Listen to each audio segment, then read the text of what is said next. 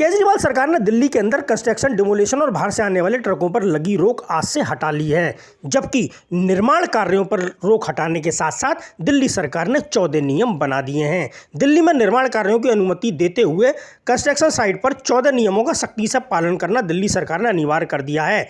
आज दिल्ली सरकार में पर्यावरण मंत्री गोपाल राय ने इस बात की जानकारी पत्रकारों को दी। उन्होंने कहा कि निर्माणाधीन साइट पर अगर 14 नियमों का पालन नहीं होता है तो ऐसी साइट्स के खिलाफ और व्यक्ति के खिलाफ सख्त कार्रवाई की जाएगी और यही नहीं, उस साइट को सील भी कर दिया जाएगा जहां इन नियमों का पालन नहीं होगा।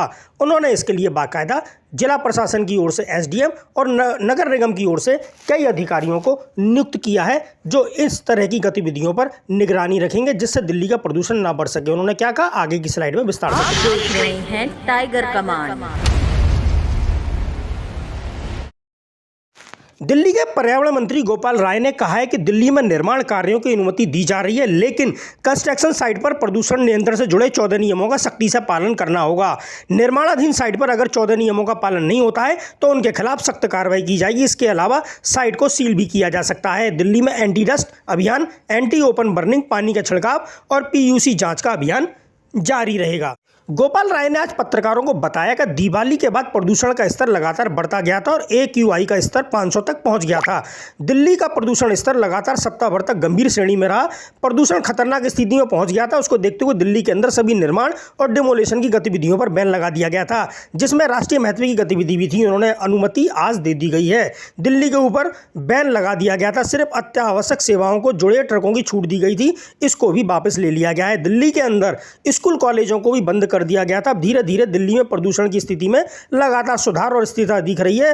पिछले 10 दिनों से किसी भी दिन गंभीर स्थिति में दिल्ली का AQI स्तर नहीं पहुंचा है। उन्होंने कहा कि दिल्ली में लगाए गए प्रतिबंधों में छूट देने के लिए सुप्रीम कोर्ट ने commission for air quality management को अधिकृत किया था, ताकि अलग अलग विभागों से जो आवेदन आ रहे हैं उन पर विचार करते हुए छूट का निर्णय लिया जा सके। उन्होंने कहा कि एयर क्वालिटी मैनेजमेंट कमीशन ने अनुमति दी है कि दिल्ली के अंदर ऐसे सभी स्कूल कॉलेज खोले जा चुके हैं। कक्षा 1 से 5वीं तक का भी निर्णय आने के बाद उन स्कूलों को भी खोला जाएगा।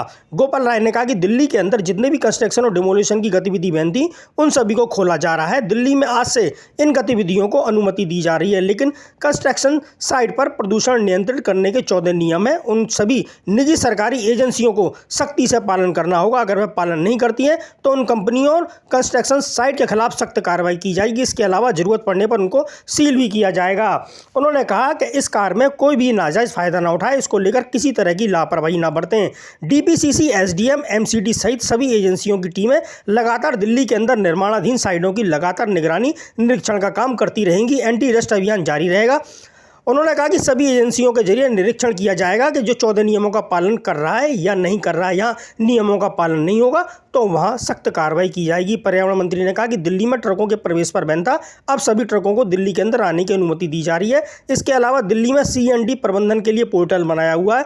500 वर्ग मीटर एवं उससे ज़्यादा के क्षेत्र में जो भी लोग निर्माण कर रहे हैं उन लोगों को निर्देश दिया जा रहा है कि वे अपना रजिस्ट्रेशन उस साइट पर करा लें। दिल्ली में बहुत सारे लोगों ने अभी पंजीकरण नहीं कराया है।